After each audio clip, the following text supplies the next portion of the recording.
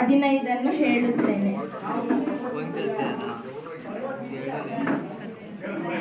ಭಗವದ್ಗೀತೆಯ 15ನೇ ಅಧ್ಯಾಯವನ್ನು ಹೇಳುತ್ತೇನೆ. ಓಂ ಶ್ರೀ ಪರಮಾತ್ಮನೇ ನಮಃ. ಶ್ರೀಮದ್ಭಗವದ್ಗೀತಾ ಅಥ ಪಂಚದಶೋऽಧ್ಯಾಯಃ. ಶ್ರೀಭಗವಾನುವಾಚ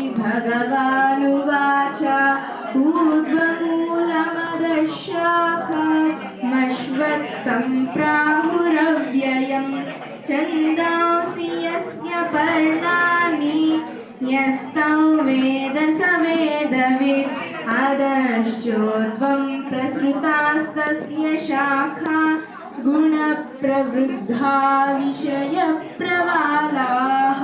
ಅಧಶ್ಚ ಮೂಲಾನ್ಯನುಸಂತತಾನಿ ಕರ್ಮಾನುಬಂಧೀನಿ ಮನುಷ್ಯಲೋಕೆ ನ ರೂಪಮಸ್ಯೇಹ ತಥೋಪಲಭ್ಯತೆ ನಾಂತೋ ನ ಚಾದಿರ್ನ ಚ ಸಂಪ್ರತಿಷ್ಠಾ ಅಶ್ವತ್ಥಮೇನಂ ಸುವಿರೂಢಮೂಲಂ ಅಸಂಗಶಸ್ತ್ರೇಣ ದೃಢೇನ ಚಿತ್ವಾ ತತಃ ಪದಂ ತತ್ಪರಿಮಾರ್ಗಿತವ್ಯಂ ಯಸ್ಮಿನ್ ಗತಾ ನ ನಿವರ್ತನ್ತೆ ಭೂಯಃ ತಮೇವ ಚಾದ್ಯಂ ಪುರುಷಂ ಪ್ರಪದ್ಯೆ ಯತಃ ಪ್ರವೃತ್ತಿಃ ಪ್ರಸೃತಾ ಪುರಾಣಿ ನಿರ್ಮಾಣಮೋಹ ಜಿತಸಂಗದೋಷ ಅಧ್ಯಾತ್ಮನಿತ್ಯಾ ವಿನಿವೃತ್ತಕಾಮಾಃ ದ್ವಂದ್ವೈರ್ವಿಮುಕ್ತಾಃ ಸುಖದುಃಖಸಂಜ್ಞೈ ಗಚ್ಚನ್ತ್ಯಮೂಢಾಃ ಪದಮವ್ಯಯಂ ತತ್ ನ ತದ್ಭಾಸಯತೆ ಸೂರ್ಯೋ ನ ಶಶಾಂಕೋ ನ ಪಾವಕಃ ಯದ್ಗತ್ವಾ ನ ನಿವರ್ತನ್ತೆ ತದ್ಧಾಮ ಪರಮಂ ಮಮ.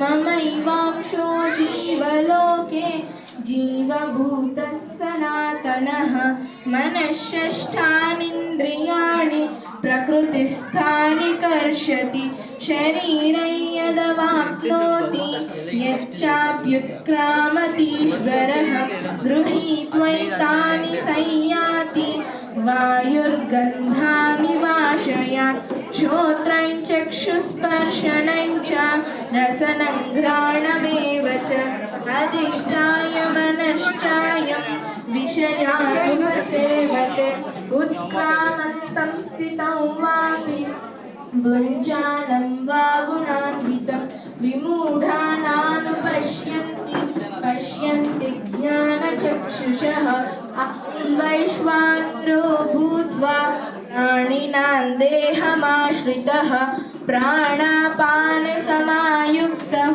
ಪಚಾಮ್ಯನ್ನಂ ಚತುರ್ವಿಧಂ ಸರ್ವಸ್ಯ ಚಾಹಂ ಹೃದಿ ಸನ್ನಿವಿಷ್ಟೋ ಮತ್ತಸ್ಮೃತಿರ್ಜ್ಞಾನಮಪೋಹನಂ ಚ ವೇದಶ್ಚ ಸರ್ವೈರಹಮೇವ ವೇದ್ಯೋ ವೇದಾಂತಕೃದ್ವೇದವಿದೇವ ಚಾಹಂ ದ್ವಾವಿಮೌ ಪುರುಷೌ ಲೋಕೆ ಕ್ಷರಕ್ಷಾಕ್ಷರ ಏವ ಚ ಕ್ಷರಃ ಸರ್ವಾಣಿ ಭೂತಾನಿ ಕೂಟಸ್ಥೋಕ್ಷರ ಉಚ್ಯತೆ.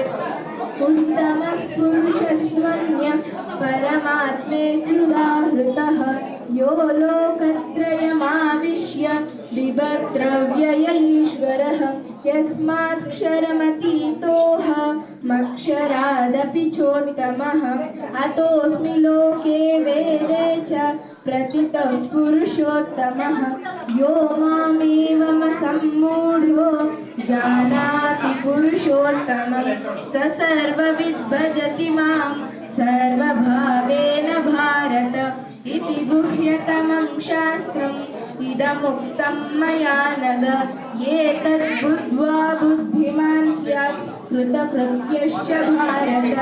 ಓಂ ತತ್ಸದಿತಿ ಶ್ರೀಮದ್ಭಗವದ್ಗೀತಾಸು ಉಪನಿಷತ್ಸು ಬ್ರಹ್ಮವಿದ್ಯಾಯಾಂ ಯೋಗಶಾಸ್ತ್ರೇ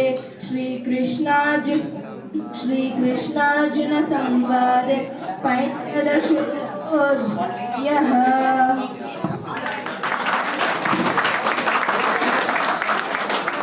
ಧನ್ಯವಾದಗಳು. ಥ್ಯಾಂಕ್ ಯು ಮೇಘನಾ, ತುಂಬಾ ಚೆನ್ನಾಗಿತ್ತು. ನಮ್ಮ ಮುಂದಿನ ಕಾರ್ಯಕ್ರಮ ಗಣಪತಿ ಸ್ತೋತ್ರ.